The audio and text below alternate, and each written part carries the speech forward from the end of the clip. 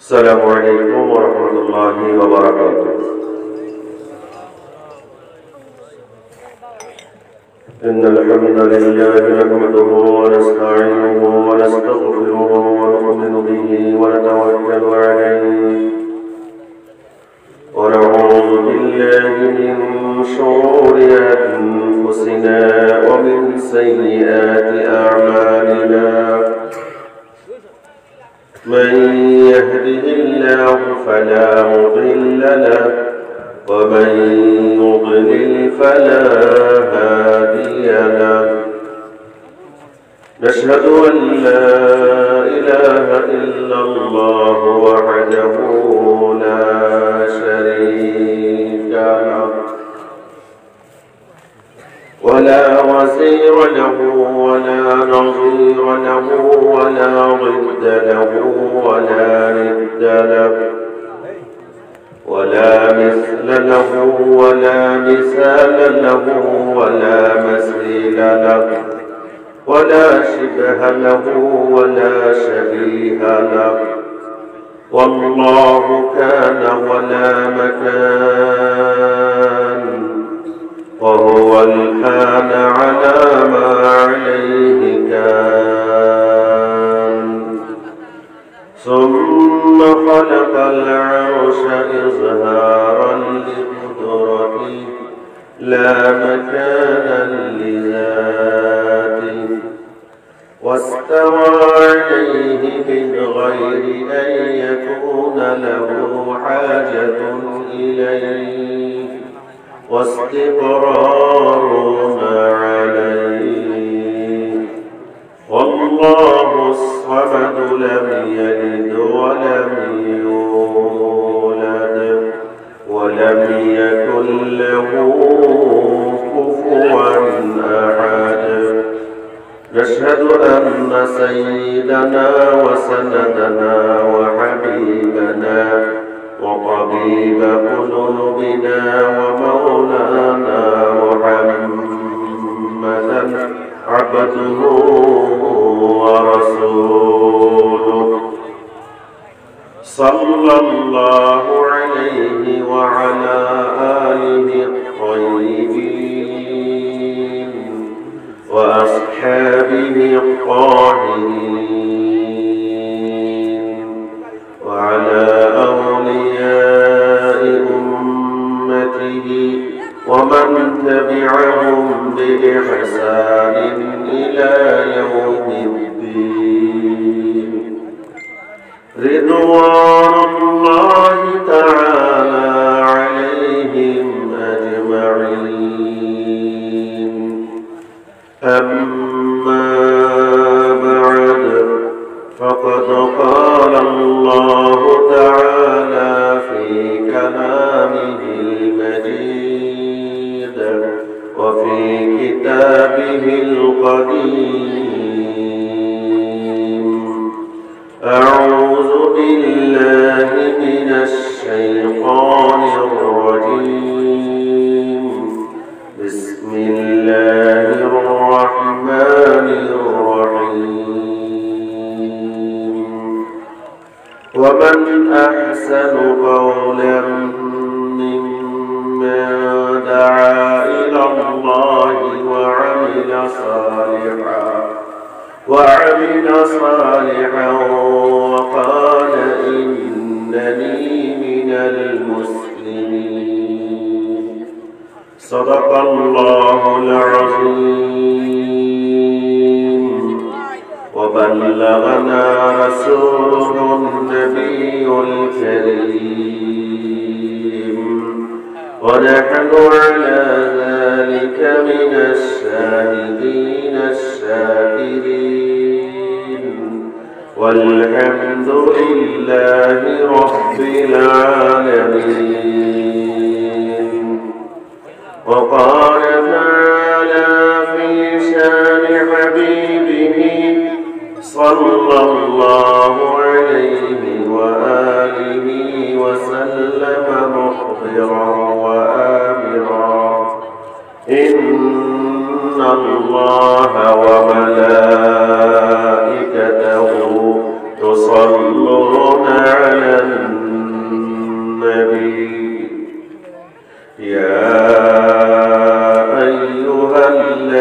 الذين آمنوا صلوا عليه وسلموا تسليما اللهم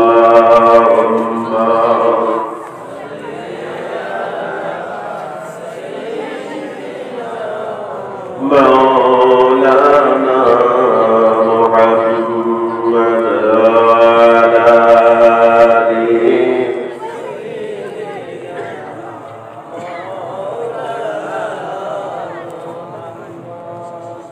কি আপনাদের ক্ষুধা লেগে গেছে? আপনারা ক্ষুধা পেয়েছেন সবাই নাকি? কথা বলতে জানেন না? তাও সবগুলা বোবা? তাও কথা বলতে জানেন আপনারা? আমি কথা বলছি একটা সারা পাচ্ছি না কেন? কথা বলতে হলে যখন সারা যদি তলব করা হয় সারা দিতে হয় একটা সিস্টেম। তো আপনারা দীর্ঘ সময় আলোচনা শুনেছেন, হযরত উলামায়ে কেরাম বিশেষ করে প্রধান মেহমান আলোচনা করেছেন। এই জন্য আপনাদের আলোচনার যে চাহিদা সেটা পূরণ হয়ে গেছে। বিধায় ক্লান্তি শান্তি সবকিছু আপনাদেরকে গ্রাস করে করেছে। যাই হোক, অন্তত যখন দরুদ শরীফ পড়বো তখন তো আর চুপ থাকা যায় না, যায়? দরুদ শরীফের সময় তো চুপ থাকা যায়? যদি না যায় তাহলে আমি সকলেই জবান খুলে দরুদ শরীফ পড়বো। আল্লাহুম্মা সাইয়্যিদিনা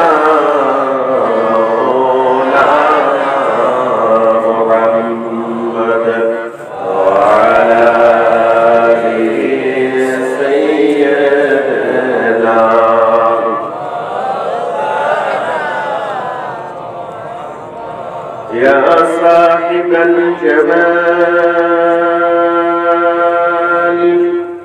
ويا سيد البشر بوجهك المنير لقد نظر القمر اللهم صل على مولانا محمد وعلى آله سيدنا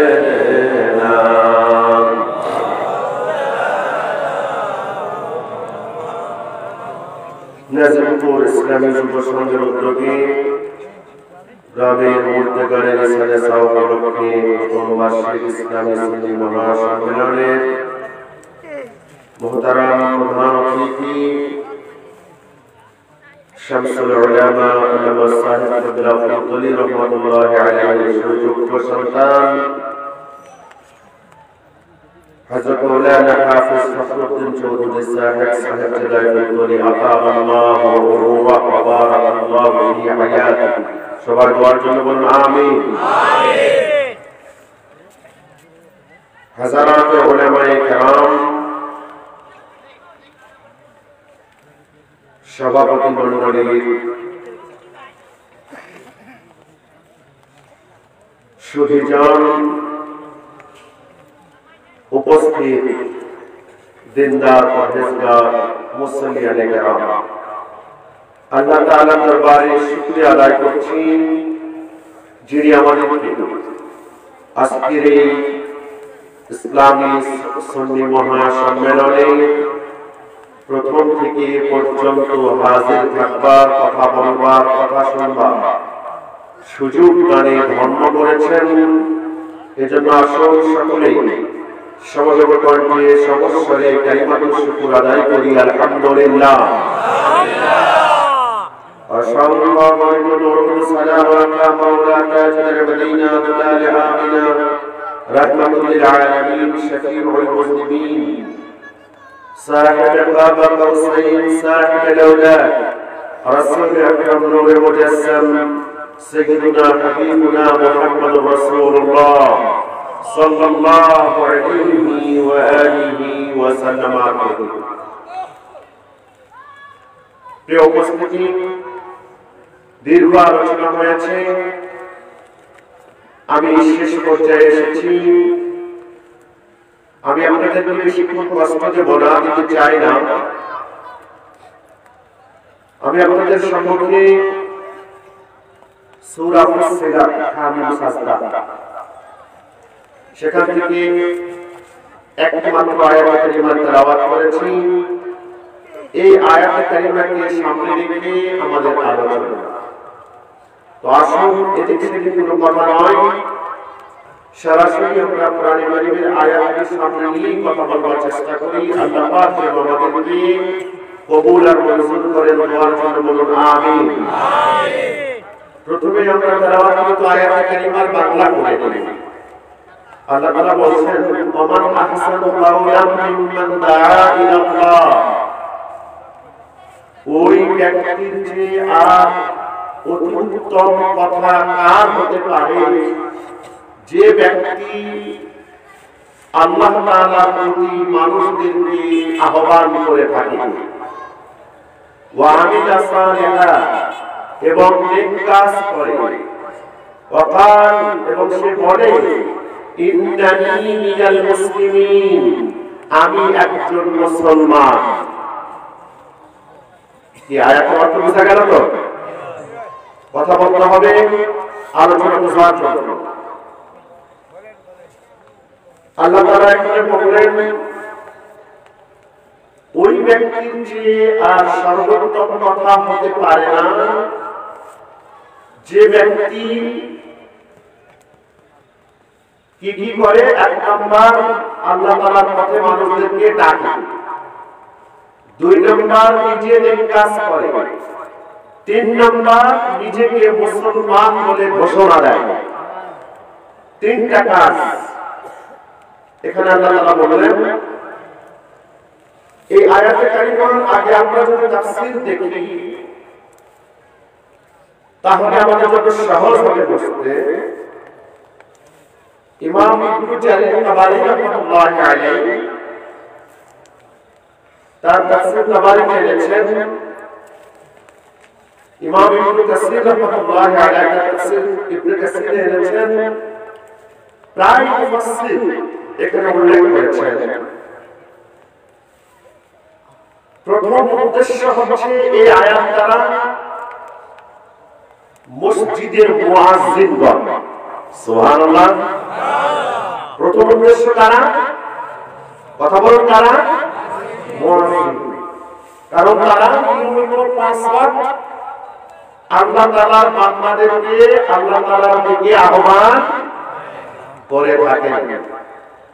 ওমান আহসানু কাওলাম মিম্মান দাআ ইলাল্লাহ, আল্লাহ তাআলা যারা ডাকেন মুয়াজ্জিনেরা নিয়মিত, ওয়া আমিলা সালিহান, নেক কাজ করে। এটা তো আরো সহজ, কারণ যে মুয়াজ্জিন মানুষদেরকে মসজিদে ডেকে আনেন, উনি ডেকে এনে মসজিদ থেকে উনি বাড়িয়ে যান, মানে উনি মসজিদে আসেন, তাহলে নেক কাজ উনি বেশি করতে পারেন, নাকি বলেন? এমন মসজিদের খোঁজ আমাদের জানা আছে, আল্লাহ মাফ করুন, এশার সময় আর ফজরের সময় মুয়াজ্জিন ছাড়া দ্বিতীয় কাউকে আর মসজিদে খুঁজেই পাওয়া যায় না। কি মুয়াজ্জিন ছাড়া অন্য কাউকে মসজিদে খুঁজে পাওয়া যায় না, এরকম অবস্থা আমাদের জানা আছে। তাহলে এই আয়াতটা সর্বপ্রথম প্রযোজ্য কাদের জন্য? কথা বলুন, কাদের জন্য? মুয়াজ্জিনদের জন্য। আর এজন্যই রাসূল আকরাম সাল্লাল্লাহু আলাইহি ওয়া সাল্লাম মুয়াজ্জিনদের মর্যাদা বর্ণনা করেছিলেন অনেক ভাবে।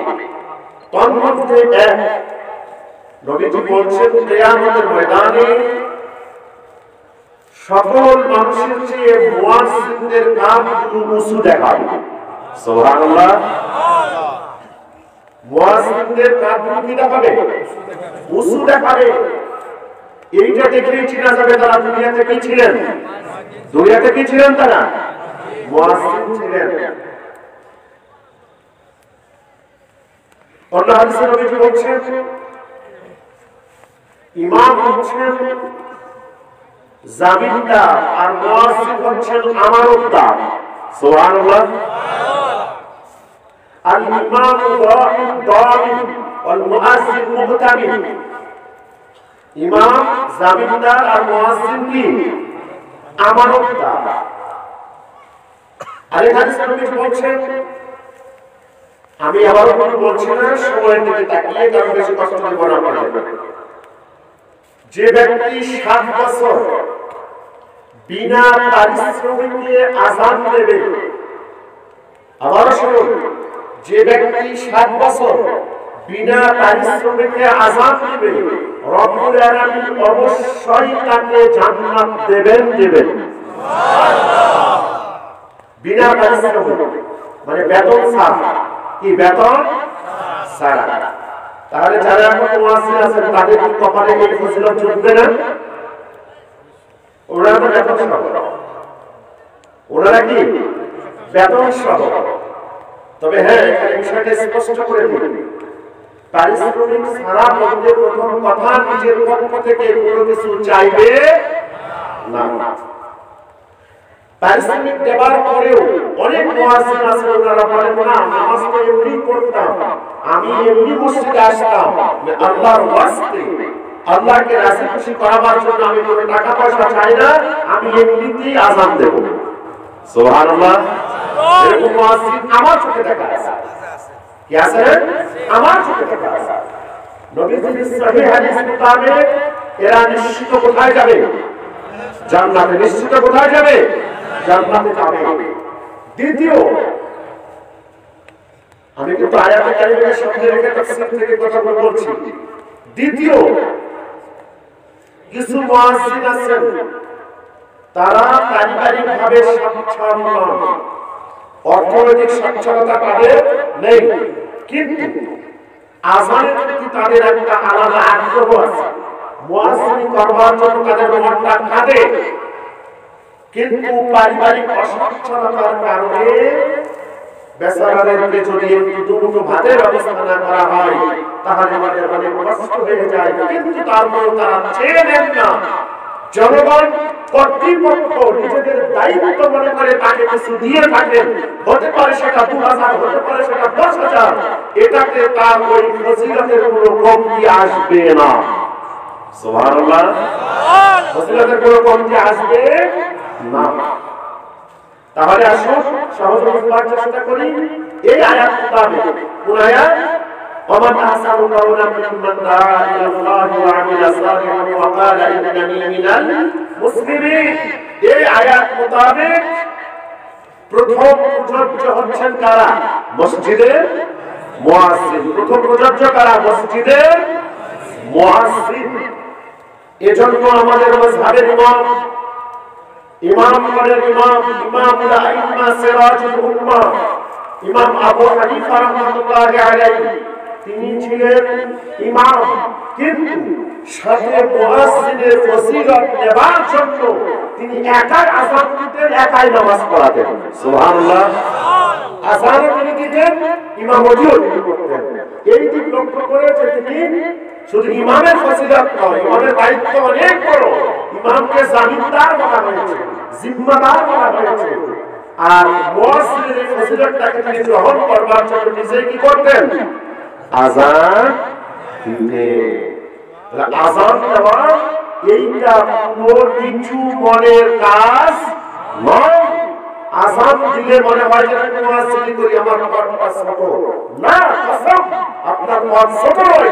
আল্লাহ রাসূলের কাছে আপনার পদের দাম অনেক অনেক বেশি, অনেক বেশি আপনার পদের দাম। তো আসুন, নবীর হাদিসে আছে আল মুয়াজ্জিনুনা আকবাল আ'নাকা ইয়াওমাল কিয়ামা। মুয়াজ্জিনদের কাঁধ হাড়গুলো কিয়ামতে কি হবে? সবচেয়ে উঁচু হবে, লম্বা হবে। তাহলে বলুন, মুয়াজ্জিনের পদ এইটা কোন কি ছোট পদ নয়। যদি আমরা ছোট মনে করি, আমরা কি মনে করি? ছোট মনে করি, কিন্তু না, কথা নয়। এই আয়াত মোতাবেক সর্বপ্রথম মুয়াজ্জিন। দ্বিতীয় নম্বর একটা বিষয় জেনে রাখতে হবে, আয়াতের মধ্যে 3টা কাজের কথা বলা হয়েছে। এক মানুষদেরকে আল্লাহ তাআলার পথে ডাকবে, দুই নেক কাজ করবে, আর তিন নিজেকে কি বলে ঘোষণা দেবে? নিজেকে কি বলে ঘোষণা দেবে? মুসলমান বলে ঘোষণা দেবে। এই তিনটা কাজ। তো নিজেকে মুসলমান বলে ঘোষণা দেওয়া, এইটার আসলে সাথে সম্পর্ক কি? নবীজির একেবারে বিশুদ্ধ সনদের যতগুলো হাদিস আছে, নবীজি যখন কোনো যুদ্ধ বিধানে সাহাবায়ে কেরামকে পাঠিয়ে দিতেন, যুদ্ধের জন্য জিহাদের জন্য যখন পাঠাতেন, নবীজি বলে দিতেন রাতের অন্ধকারে যখন তোমরা যাবে ততক্ষণ পর্যন্ত তোমরা আক্রমণ করবে না যতক্ষণ সেখানে ফজরের সময় না হয়। কারণ ফজরের সময় যদি আযানের আওয়াজ তোমাদের কানে ভেসে আসে তাহলে তোমরা মনে করবে এটা মুসলিমদের এলাকা, সেখানে হামলা করা যাবে না। সুবহানাল্লাহ। এটা আযান, এটা একটা শিআর, হামলা করা যাবে না। নবীজি নিষেধ করেছেন। আসলে তাহলে প্রথম প্রযোজ্য মুয়াজ্জিনগণ, আমি সংক্ষিপ্ত মুয়াজ্জিনের ব্যাপারে চারটি কথা বললাম। যদিও বর্তমানে আমাদের সমাজে মুয়াজ্জিনরা একেবারে অবহেলিত। একেবারে কি কথা বলেন? কথা বলেন অবহেলিত কিনা মুয়াজ্জিনরা? একেবারে অবহেলিত। মুয়াজ্জিন কেন? ইমামদের অবস্থা তো খারাপ, ইমামদের অবস্থা তো খারাপ। আমি মাঝে মধ্যে বলি আপনাদের এলাকায় ওই যে কি কামলা বলে কাজের লোক আপনারা নেন, ধরেন কাজ মিস্ত্রি, ইটের কাজ করাবেন, তাদেরকে দিনে কত টাকা দেন? কত? 500 দেন। তাহলে মাসে কত হয়? কথা বলেন। আর জমা করতে হবে কত হয়? তাহলে মাসে কত হয়? 15,000। আসে কয়টায়? কাজ করতে আসে কয়টায়? 8টায় পাওয়ার মতো যাই কয়টায়? কথা বলেন না কেন? 4টায় আসে। 8টা থেকে 9টার মাঝামাঝি সময়ে 4টা বাজবে, আর তাদেরকে আটকাতে পারবে না। তাতে মাস হয় তাদের 15,000। মাসে কত হয়? তার সঙ্গে যে ব্যবহার থাকে খুব বেশি 100 টাকা কম দেওয়া যায় নাকি বলেন? খুব বেশি 100 টাকা কম দেওয়া যায়। তাহলে তার কত আসে? 12,000। লেবারে কত আসে? কাজ করে কয় ঘন্টা? 7 থেকে 7.5 ঘন্টা। আর একজন বেচারা মুয়াজ্জিন রাতে 3টার সময় ঘড়িতে অ্যালার্ম দিয়ে রাখে। যদি পরিবার পরিজন থাকে আমার ডেকে দিবি, আযান যেন আমার মিস না হয়। সেই রাতের 3টা থেকে আবার সন্ধ্যার পরে ঈশার 8টা সাড়ে 8টা 9টা পর্যন্ত তাকে মাসে বেতন দেন কত? কথা বলে বুঝলাম না। রাজনীতির দাম বেশি আপনাদের নাকি আপনারা যাদের আপনাদের জীবনের সর্বোচ্চ ইবাদত পালন করছেন তাদের দাম বেশি? না বুঝি তাদের মাঝে মাঝে খাওয়া হয়, রাজনীতিতে খাওয়া হয়। আরে না, পেটে যদি আপনার বাড়িতে তার সদস্যরা ভোকা থাকে, তার পেট পুড়িয়ে পেটের উপর কিছু বস্তু মানে মাছ বেঁধে রেখে দেন, তার পরিবারের গুলা মিটবে? তার পরিবারের গুলা মিটবে? গেল একটা অবস্থা। দ্বিতীয় নম্বর বিষয় হলো 1 মিনিট যদি জামাত শুরু হতে দেরি হয়, কি ইমামতি থেকে করেন না? করেন না? মাসে 30 দিন 5 ওয়াক্ত টাইম টু টাইম। অথচ আমি যে ইমামকে বকা দিলাম, মুয়াজ্জিনকে বকা দিলাম, 2 মাসে 3 মাসে মিটিংয়ে বসে ইমাম মুয়াজ্জিনের খাতা বের করে দেখলাম আপনি অমুক দিন ওই 1 মাসের মধ্যে 3 দিন আপনি ঠিক মতো শহরে আসতে পারেননি, সেটার পাই হিসাব নিলাম। ক্ষমতা যদি থাকে তাহলে সেটা বেতনও কাটা করলাম, কিন্তু আমি মাসে 3 দিনে মসজিদে হাজির হলাম না। কি কথা বেশি বলে ফেললাম? বেশি বলে ফেলেছি? ভাই ঠিক আছে। হায়রে বাবার পুরা জাতি, শুধু শুধু ওয়াজ, শুধু শুধু মাহফিল, যা কিছু করবেন মাঠের মধ্যে রেখে দিয়ে চলে যাবেন, একটাও বাড়িতে নিয়ে যান। ওয়াজ কোথায়? মাঠের মধ্যে। ওয়াজ কিন্তু বাড়ি পর্যন্ত যায় না। আসল ওয়াজকে বাড়ি পর্যন্ত নিতে হবে। রাজি আছি আমরা? কারা কারা রাজি আছি? হাত উঁচু করে দেখাতে হবে।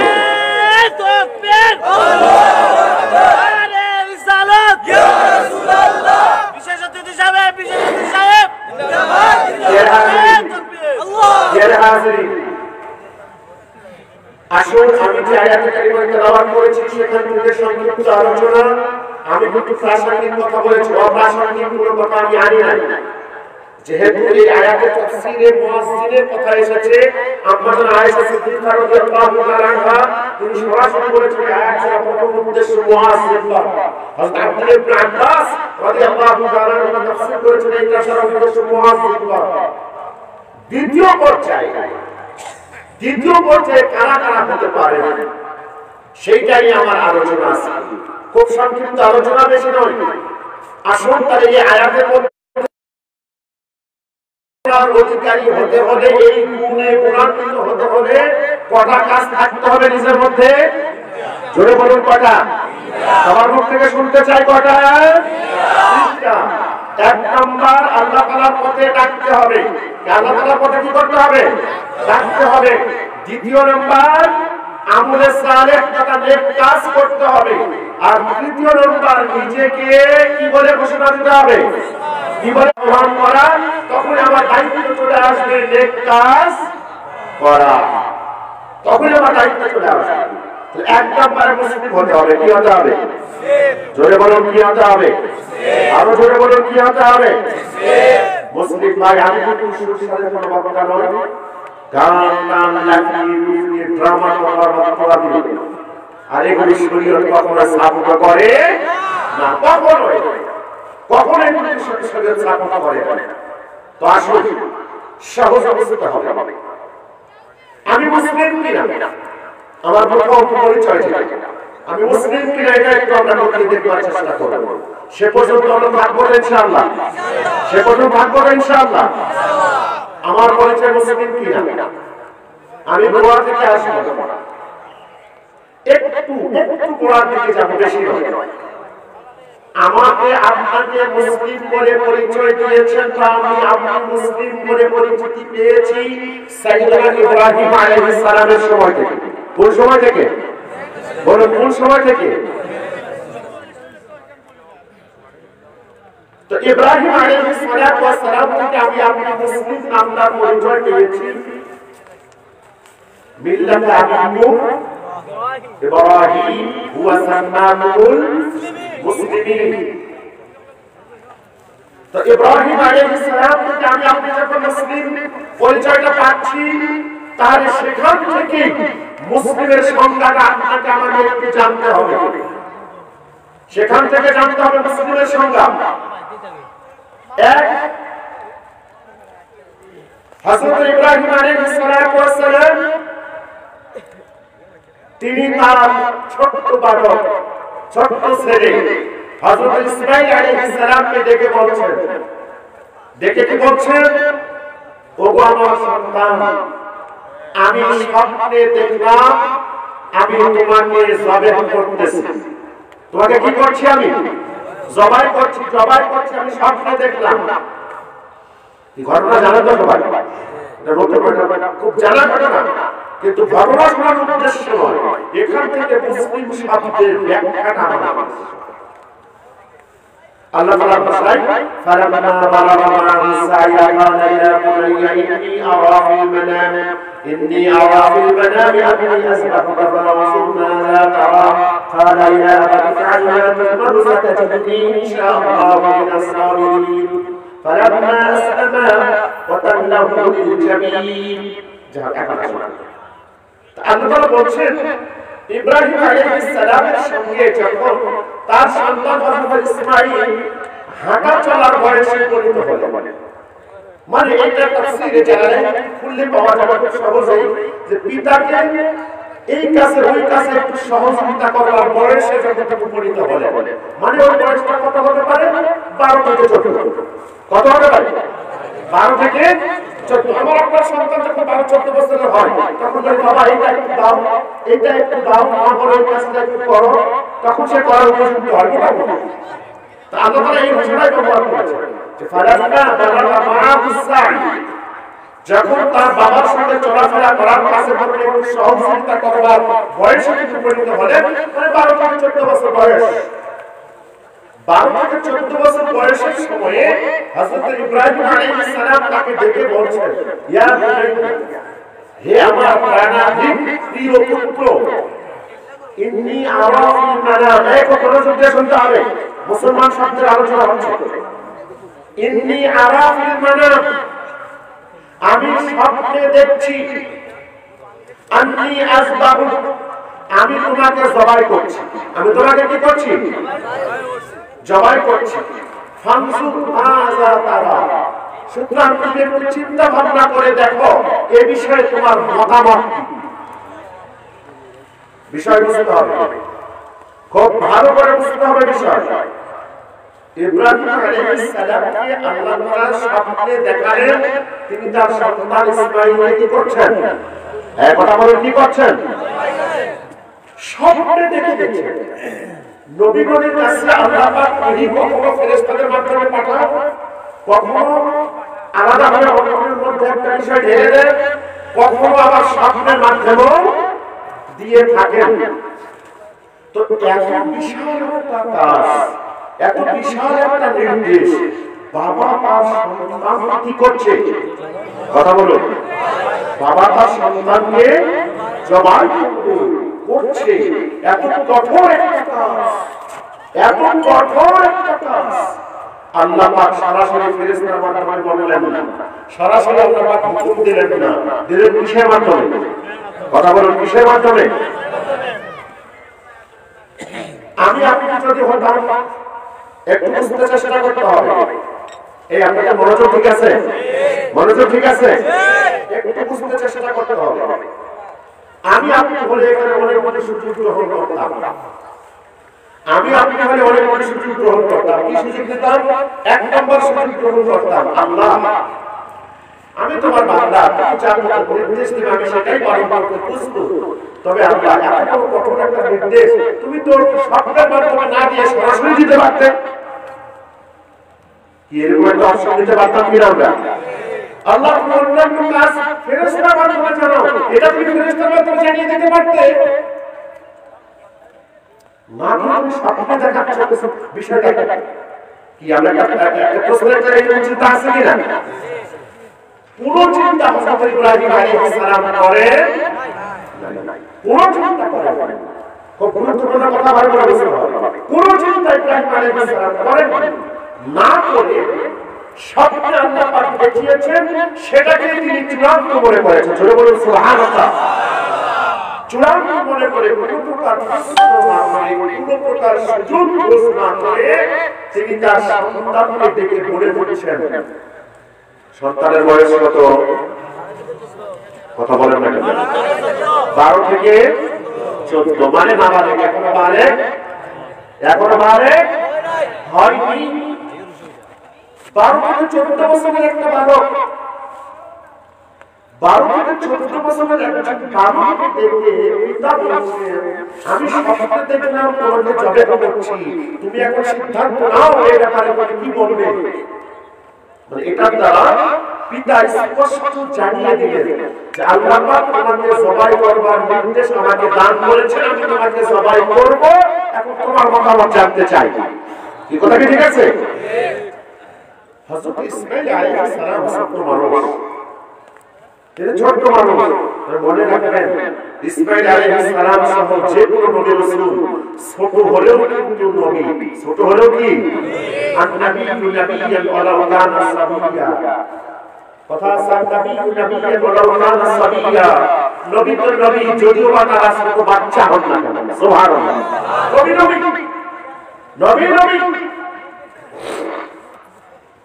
হযরত ইসমাঈল আলাইহিস সালাম ছোট মানুষ তিনি কিন্তু বাবার কাছে আবদার করতে পারতেন কি আবদার করতে পারতেন? বাবা আপনি যা বলবেন অবশ্যই আমি মেনে নেব। আপনি আল্লাহকে বলি আল্লাহ আপনাকে নির্দেশ দান করেন, তবে বাবা একটা কথা না, আল্লাহ আপনাকে ফেরেশতার মাধ্যমে নির্দেশ দেন, সরাসরি নির্দেশ দেন, তো আমি আপনার সন্তান আপনি আমাকে জবেহ করবেন, এই নির্দেশটা আল্লাহ পাক ফেরেশতার মাধ্যমে দিতে পারতেন। আপনি চেয়ে নেন না, আল্লাহর কাছে একটু জিজ্ঞাসা করেন, একটু আবেদন করেন না আল্লাহর কাছে। এরকম কথা ছোট মানুষ হিসেবে হযরত ইসমাঈলের পক্ষ থেকে আসা মানে ছিল না, স্বাভাবিক ছিল। কথা কি আপনি বুঝতে পারছেন? আপনারা এইরকম একটা আবেদন আসাটা স্বাভাবিক ছিল না অস্বাভাবিক ছিল? খুব স্বাভাবিক ছিল, খুবই স্বাভাবিক ছিল। কিন্তু হযরত ইসমাঈল 12-14 বছরের ভালো বাবা সত্ত্বেও তিনি এরকম কোনো চিন্তা ভাবনা করেন, কোনো চিন্তা ভাবনা করেন তিনি সোজা বাবাকে বলছেন, দরবার সুযোগ থাকা সত্ত্বেও তিনি কোনো আবেদন করলেন না। তিনি জানতে পেরেছেন, বুঝতে পেরেছেন আল্লাহ পাকের নির্দেশ মোতাবেক তাকে জবাই করা হবে।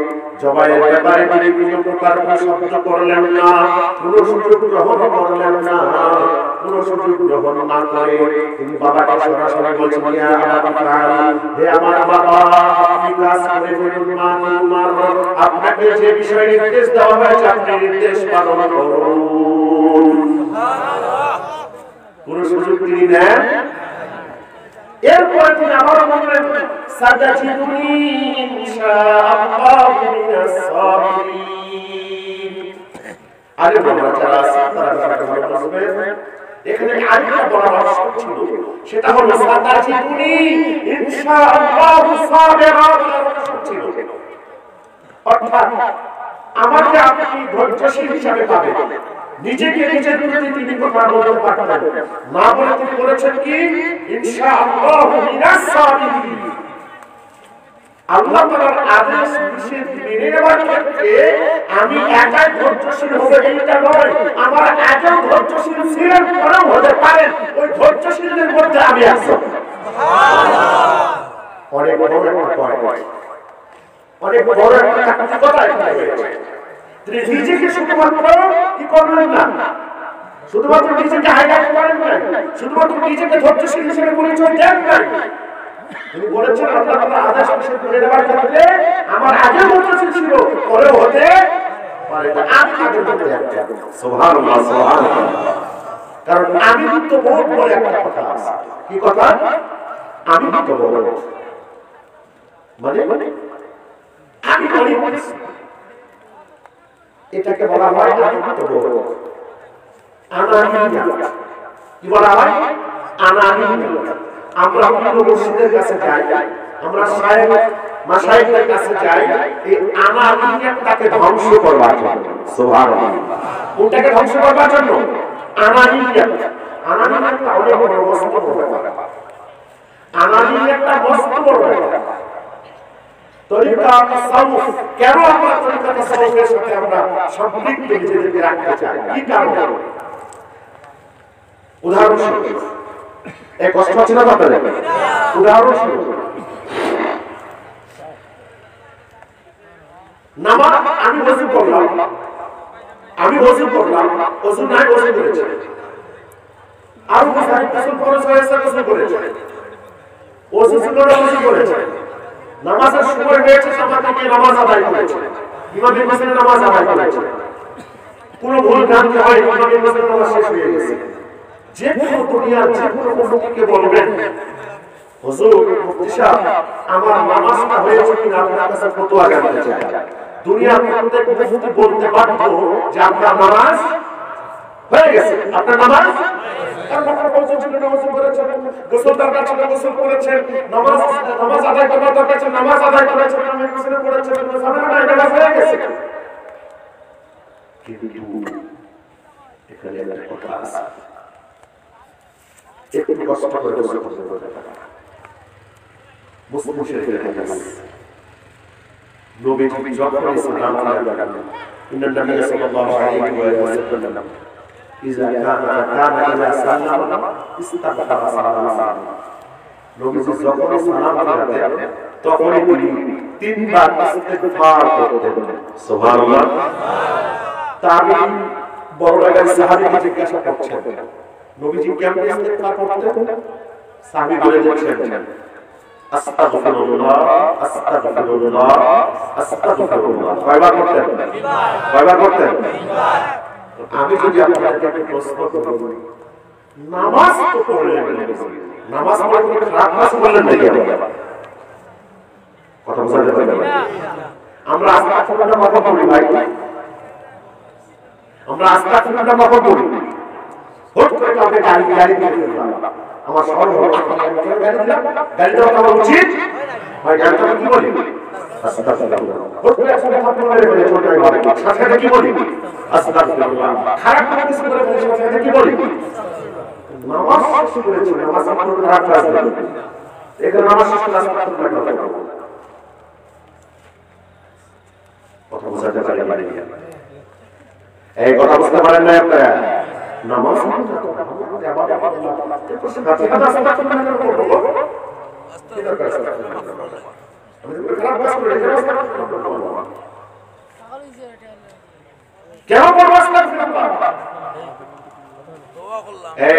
বুঝতে পেরেছেন আপনারা?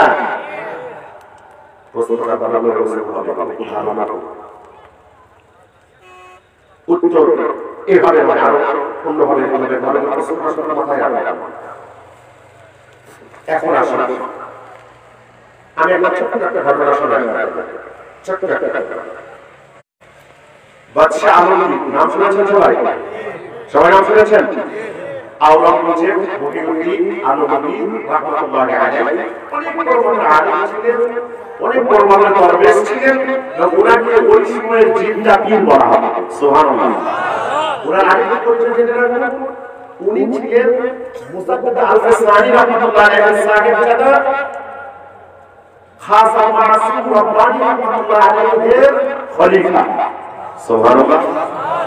ইতিহাস পড়ে দেখবেন, ইসলাম মহাদেশ থেকে বেশি বিশ্বের প্রশ্ন করে দেখবেন, আরো নাম ইতিহাস পড়ুন। উনি মুসাদ্দাদ আল-হাসানি রাহমাতুল্লাহি আলাইহি সাহেব দাদা খাজা মাসুদ রব্বানি রাহমাতুল্লাহি আলাইহি ছিলেন, খলিফা ছিলেন। উনি তো রাজত্ব করেছেন প্রায় 52 বছর। সুবহানাল্লাহ। প্রায় কত বছর? 52 বছর রাজত্ব করেছেন তিনি। একবার দিল্লির শাহী জামে মসজিদ, ওইটা রাষ্ট্রীয় মসজিদ, মাগরিবের নামাজ উপস্থিত আছে, মাগরিবের নামাজ উপস্থিত আছে। ইমাম সাহেব, শাহী মসজিদের ইমাম সাহেব দেখলেন যে বাদশা নিজে উপস্থিত। ইমাম সাহেব নামাজ শুরু করেছেন, মাগরিবের নামাজ, কঠিন সুন্দর তেলাওয়াত নামাজ পড়ছে। ইতিমধ্যেই একজন ব্যক্তি, যে ব্যক্তি দিল্লিতে সকলে তাকে দরবেশ বলে যাবে, কি বলে ডাকতেন?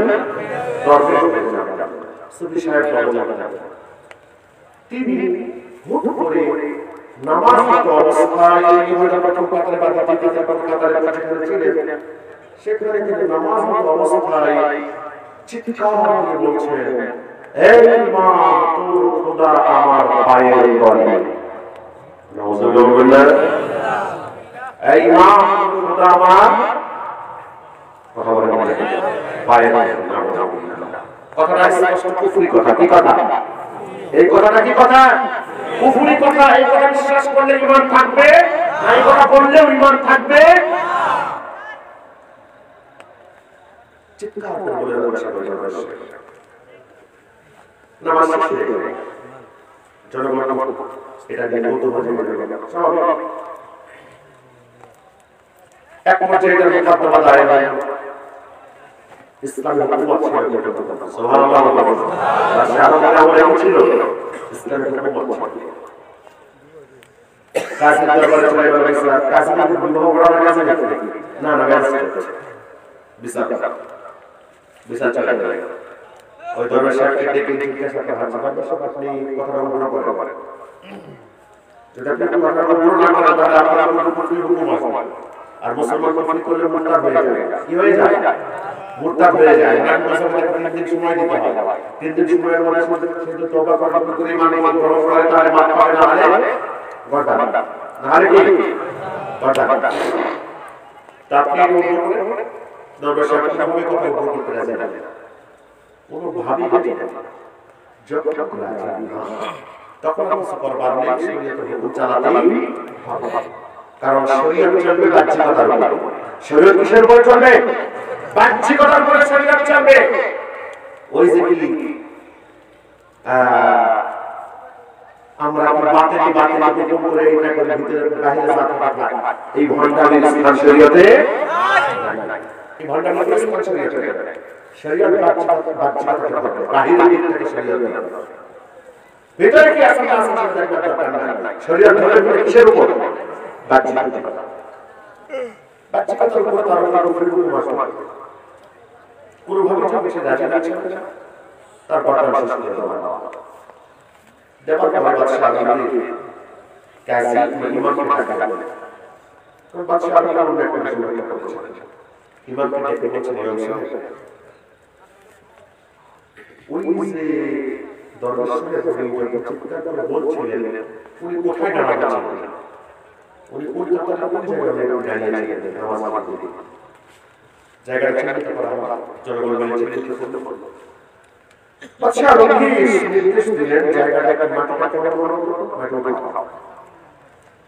মাটি করে জায়গাটা সামনে এক পাটি স্বর্ণ পাওয়া কি বলবেন কিছু বলবেন না আপনারা বুঝতে পেরেছেন এক পাটি কি পাওয়া গেল বাদশাহ আলী ইমাম সাহেবকে রেখেছিলেন ইমাম সাহেব সত্য করে বলুন সেই দিন আপনি যখন নামাজে দাঁড়িয়েছিলেন আপনি কোন মানসিকতা নিয়ে নামাজে দাঁড়িয়েছিলেন আল্লাহু আকবার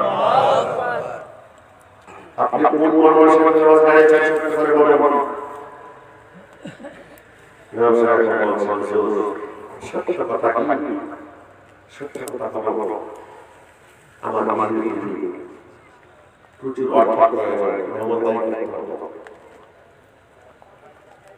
মেহমানদারি মেহমানদারির জন্য এই ব্যবস্থার জন্য আমাদের খুব টেনশনে ছিল ইতিমধ্যে দেখলাম বাদশাহ আমরা যে মসজিদে হাজির মনে মনে চিন্তা করলাম আজকে যদি কেরালা একটা আলাদা ঘন্টা আলাদা করতে পারি আর সুন্দর করে আলাদা করতে পারি বাদশাহ আমাকে ডেকে জিজ্ঞাসা করবেন ধন্যবাদ আপনাকে ডেকে নেবেন তখন আমি কথা বলবো বাদশাহ তখন আমার নামাজটা কি করে দেবেন পুরো এই বাদশাহ আমাকে বললেন তাহলে দরবার সত্য কথা দরবার সত্য কথা বলছে সুবহানাল্লাহ দরবার সত্য কথা বলছে কেমন নামাজের মাধ্যমে নামাজটা কার জন্য আদায় করব জোরে বলুন নিজের সন্তুষ্টির জন্য পুরো দরবারের সন্তুষ্টির জন্য আল্লাহকে সন্তুষ্ট নামাজ একমাত্র কাকে সন্তুষ্ট করবার জন্য একমাত্র কাকে সন্তুষ্ট করবার জন্য নামাজ একমাত্র আল্লাহকে সন্তুষ্ট করবার জন্য অথচ এই বেচারা আজকে নামাজে কেরাত করেছে কাকে সন্তুষ্ট করবার জন্য কিসের উদ্দেশ্য কিসের উদ্দেশ্য কি আল্লাহ পাক বলেন আফারাআইতা মান ইত্তাখাযা ইলাহু হাওয়া আসলে কায়া কাছে আফারাআইতা মান ইত্তাখাযা ইলাহু হাওয়া নবী গো আপনি কি দেখেছেন সেই ব্যক্তিকে যে তার নিজের মনের চাওয়া পাওয়াকে তার ইলাহ বানিয়ে নিয়েছে নিজের মনের কুপ্রবৃত্তি মনের চাহিদাকে কি বানিয়ে নিয়েছে তার প্রভু বানিয়ে নিয়েছে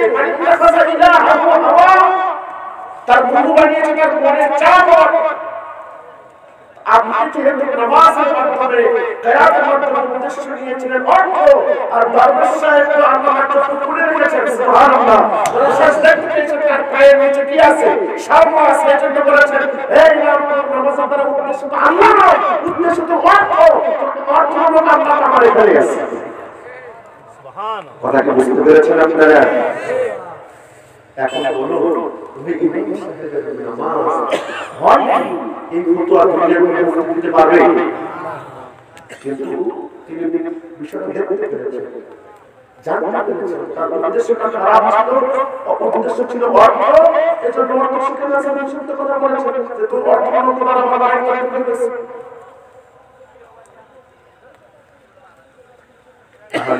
এইরকম ভিতরগত কিছু বিষয় আছে বলে আমরা বিশ্বাস করি তো। আমি একটা গল্প মিশিয়ে দিলাম, ঘটনাটা খুব শিখতে হবে, মা আল্লাহ শুরু করবো এরকম কিন্তু কোরআন শরীফে দেখা যায় কিন্তু আমি সময় বারবার পাচ্ছি, এই কারণে আমার বেশি আগে যাচ্ছি, আমাকে দিতে আপনারা অনেক দেরি করে দিচ্ছেন। যা হোক সমস্যা নেই। তো আসুন যেটা বলছিলাম, আনানিয়াতকে বিনাশ করতে হবে। আনানিয়াত মানে নিজের আমিত্ববোধ, নিজের কি, নিজের আমিত্ববোধ। আমি বলে একটা ব্যাপার আছে, সে আমিটাকে যদি ধ্বংস করতে না পারি তাহলে আপনি পূর্ণ মানুষ হতে পারবো। আমিটাকে ধ্বংস করতে হবে, আমিটাকে ধ্বংস করতে হবে। তরিকত সাউফ আমরা যাই যে অন্তরের কিছু অসুখ আছে। কিসের অসুখ? কিসের? দেহের যদি অসুখ হয় যায় কার কাছে? কার কাছে যায়? ডাক্তারের কাছে যায়। কিন্তু অন্তরের অসুখ হলে কার কাছে? অন্তরের যে ডাক্তাররা আছেন, যারা হাফাজে রব্বানি মাশায়েখরা আছেন, তাদের কাছে যেতে হয়। সুবহানাল্লাহ। একটা উদাহরণ, হযরত উমর ফারুক রাদিয়াল্লাহু তাআলা নবী যখন হাদিস বর্ণনা করেন, লা ইলাহা ইল্লাল্লাহ তাআলা আহমাদ ইবনে ওয়ালিদ ওয়া আলা নাস আজমাইন, আমি দুনিয়ার সকল কিছু নবীর মুহাম্মদ না মারা যায়, তাহলে কি হওয়া যায়? ইমানদার হওয়া যায় না। তাহলে উমর ফারুক জিজ্ঞাসা করছেন, নবীজি সব ঠিকঠাক? ঠিকঠাক, সকলে বলছেন। তো নবী বলেন, আমি দুনিয়ার সকল কিছু আপনি বেশি মহব্বত করতে পেরেছি, কিন্তু আমার নিজের জীবনের থেকে বেশি মহব্বত করতে পারি। নবী বলছেন, না এখন বলো নিজের জীবনের চেয়ে বেশি মহব্বত নবীজিকে করা কতটা বড় সহজ, কিন্তু বাস্তবতা অনেক কঠিন। বাস্তবতা অনেক কঠিন।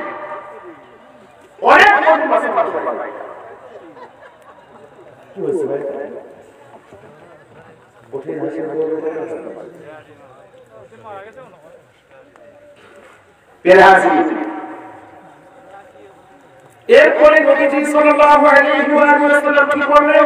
উমর ফারুককে বুকে জড়িয়ে নিয়ে একটা চাপ দিয়ে ছেড়ে দিলেন। দেবার সাথে উমর ফারুক বলছেন, ইয়া রাসূলুল্লাহ, এই মুহূর্তে আমি ঘোষণা করছি, এই মুহূর্তে আমার নিজের জীবনের চেয়ে আপনাকে আমি বেশি মহব্বত করতে পেরেছি। সুবহানাল্লাহ। নবীজি বললেন, ওমর এখন করতেছে। তাহলে এই যে বুকে চাপ দেওয়ার, চাপ দিলে কিছু একটা হয়, বুকে চাপ দিলে কিছু একটা হয়, এইটা কোরআন সুন্নাহ সম্মত। এটা কি কোরআন সুন্নাহ সম্মত? শুধু এতটুকুই নয়, আমি আরো একটা উদাহরণ দেব, ভালো করে বুঝবেন। কেন আমরা আল্লাহ তাসাউফ বিশ্বাস করি, কেন আমরা আল্লাহ তাসাউফের পিছনে ঘুরি, কি কারণে আমি একটু বুঝাবার জন্য বলছি। আসুন, কচ্ছপ কাকে বলে না? কচ্ছপ বলে না, আর মাছ বলে না, কচ্ছপ বলে। আপনারা কি জানেন কচ্ছপ কিভাবে ডিমে তা দেয়? বাচ্চাটা কিভাবে জানেন? কচ্ছপ কিন্তু ডিমটা আপনার কাছে নিয়ে থাকে না, দূর থেকে চোখ দিয়ে হয়ে তাকায় দিবে, ওই তাকায় তার ডিম পেটে বাচ্চা দিয়ে চলে যাবে। সুবহানাল্লাহ। যে কোনো মানে প্রাণী বিজ্ঞান যারা আছে জানেন কচ্ছপ কিভাবে করে একটা বাচ্চা পায়। হাঁস মুরগির মতো পেটের নিচে দিয়ে তারা তা দেয়, চোখ দিয়ে তাকায়। কি দিয়ে তাকায়? কচ্ছপ সে চোখ দিয়ে তাকালে আল্লাহ তার চোখের পাওয়ারে ডিম করে দেন, গরম করে দিয়ে ডিমটা ফুটিয়ে বাচ্চা বের করে দেন। তো এরকম কিছু বান্দা আল্লাহ দুনিয়াতে দিয়েছে, যারা চোখ দিয়ে তাকালে চোখ সেখানে বলি হয়ে যায়। সুবহানাল্লাহ। বদমাইশরা জীবন পরিবর্তন করে এগুলি নতুন করে দিয়েছেন, আবার প্রমাণিত।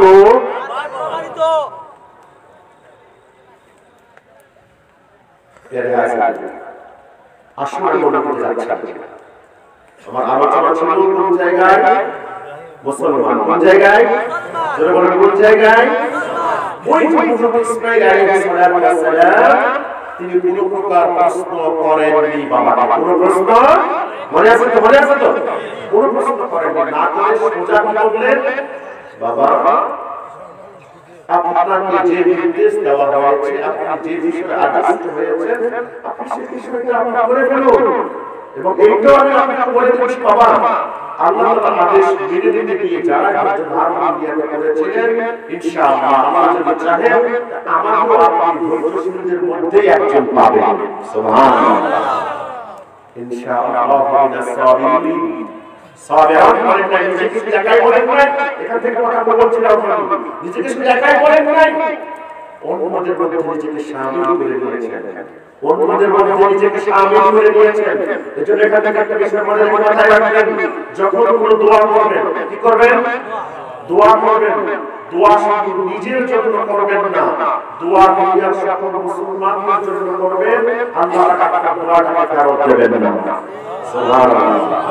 কারণ আপনি জানেন নবীজি অনেক হাদিসের সমন্বয় করে ছোট আকারে বলছেন, মনে রাখবেন, আমি যখন আল্লাহ সুবহানাহু ওয়া তাআলার জন্য দোয়া চাইলাম, আমার নিজের অনেক বদগুণ বদবাস অনেক শয়তানের বদমাইশি আছে, সেইটা কারণে আল্লাহ আমার দোয়াটা কবুল করতে নাও পারে।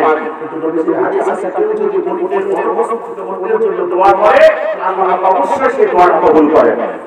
অতএব আমি যখন বলবো আল্লাহ আমাদেরকে মাফ করে দেন, আমাদের মধ্যে অনেক ভালো মানুষ আছেন যারা জীবনে চুরি করেন নাই, গীবত করেন নাই, চুগলি করেন নাই, যারা জীবনে কারো অন্যায় ভাবে সম্পদ ভক্ষণ করেন নাই, এরকম কিছু মানুষ আছে কিনা দুনিয়াতে? তাদের জন্য আমার কথা হবে রব্বানা ফির লানা বলে, রব্বিক ফির লি নয়, আল্লাহ তুমি আমাকে ক্ষমা করো এই বলে নয়, রব্বানা ফির লানা বলে দোয়াটা হবে। আমাকে আল্লাহ এখন পর্যন্ত ক্ষমা করলো, ওই সকল বান্দাদেরকে ক্ষমা করার কারণে আমিও তাদের সাথে শামিল হয়ে যাব। কথা কি বুঝাতে পারছি আমি? এখান থেকে যদি মনে হয় ছোট্ট একটা মাসালা বলা যায়, কারণ অনেক আলেম ওলামা আছে, অনেক ইমামরা আছে, আসল তো কি ছোট্ট একটা মাসালা বলা যায়। নবীজির একটা হাদিস আছে, নবীজি বলেছেন ওই ইমাম খেয়াল রাখেন যে ইমাম দোয়া করার সময় নিজের জন্য দোয়া করে, মুক্তাদিরকে বাদ দেন। এই কথা বুঝলেন? হাদিসের আবার বলেছেন না, শুধু বাংলা ভাষা বুঝাবার পারবেন। ওই ইমাম খেয়ালকারী যে ইমাম মুক্তাদি বাদ দিয়ে শুধু কার জন্য দোয়া করে? নিজের জন্য দোয়া করে। যেমন এইটা আমাদের মধ্যে দোষ না বুঝার কারণে সেটা কি ইমাম সাহেব দোয়া করে, হাসিবনি হিসাবান ইয়াসীরা, মুক্তাদিরা বলে আমিন। এরকম দোয়া করে কি? আল্লাহুম্মা হাসিবনি হিসাবান ইয়াসীরা, আর মুক্তাদি কি বলে? দেখেন আমার প্রশ্ন হলো ইমাম সাহেব বলেছেন আল্লাহুম্মা হে আল্লাহ হাসিবনি হিসাবান ইয়াসীরা, আল্লাহ আমার হিসাবটা তুমি সহজ করে দাও, আমার হিসাবটা কি করে দাও। তো আমি কার জন্য চাইলাম? আমার জন্য। আর মুক্তাদিরা আমিন বলল কার জন্য? মুক্তাদিরা তো না বুঝে আমিন বলেছে, মুক্তাদিরা মনে করেছে যে এটা আমার জন্য হয়ে গেছে, তো মুক্তাদিরা দোষটা কার? বুঝতে পারলাম? এজন্য ইমামদের জন্য দায়িত্ব কর্তব্য নবীর সুন্নাহ মোতাবেক দোয়া করতে হবে কিভাবে? আল্লাহুম্মা হাসিবনা হিসাবান ইয়াসীরা, সকল জমা সমান হবে। কিভাবে করতে হবে? জমা সমান হবে। এর মাথায় রাখবেন, এটা ইমামদের জন্য গুরুত্বপূর্ণ একটা বিষয়। যদি প্রশ্নের প্রকাশ হয় তাই বলে দিলাম। প্রিয় হাজিরিন, এখন আসুন সাইয়্যিদুনা ইসমাঈল আলাইহিস সালাম তিনি বলছেন কোন পিতাগো আপনাকে যে বিষয়ে আদেশ করা হয়েছে আপনি সেই বিষয়টা করে ফেলুন, আমাকে জবাই করার কথা বলা আপনি আদেশ করেছেন, আপনি আমাকে জবাই করুন, ইনশাআল্লাহ এই কিতাবে দেওয়া যাবে কোন সরাসরি করব না, মারামারি করব না, আমি ধৈর্যশীলদের মধ্যেই ধৈর্যশীলদের মানে ধৈর্যশীলরা যেভাবে আদেশ পালন করেছেন আমাকে সেভাবে ইনশাআল্লাহ আপনি পেয়ে যাবেন। এই বলে পিতা পুত্র আলাদা আলাদা কাহিনীতে আমি যাচ্ছি আসলে বোঝাবার জন্য। পিতা পুত্র যখন একমত, কেউ কোনো প্রকার বাহানা তালাশ করেন না। আল্লাহ তাআলার আদেশ পিতা যেভাবে মেনে নিয়েছেন, ওই ছোট বালকটিও সেভাবেই মেনে নিয়েছেন। তখন আল্লাহ তাদের জন্য কি শব্দ ব্যবহার করেছেন? ফালাম্মা আসলামা, কি ফালাম্মা আসলামা, ইসলাম কে আসলামা, ইসলাম ধর্ম সেখান থেকে কি আসলামা, আসলামা মুসলিমু ইসলামান, আসলামা যখন তারা দুইজন মুসলিম, সুবহানাল্লাহ, মানে আত্মসমর্পণ করলেন। কি করলেন? আত্মসমর্পণ করলেন। ইসলাম ইসলাম মানে আত্মসমর্পণ করা। কি করা? আত্মসমর্পণ করা।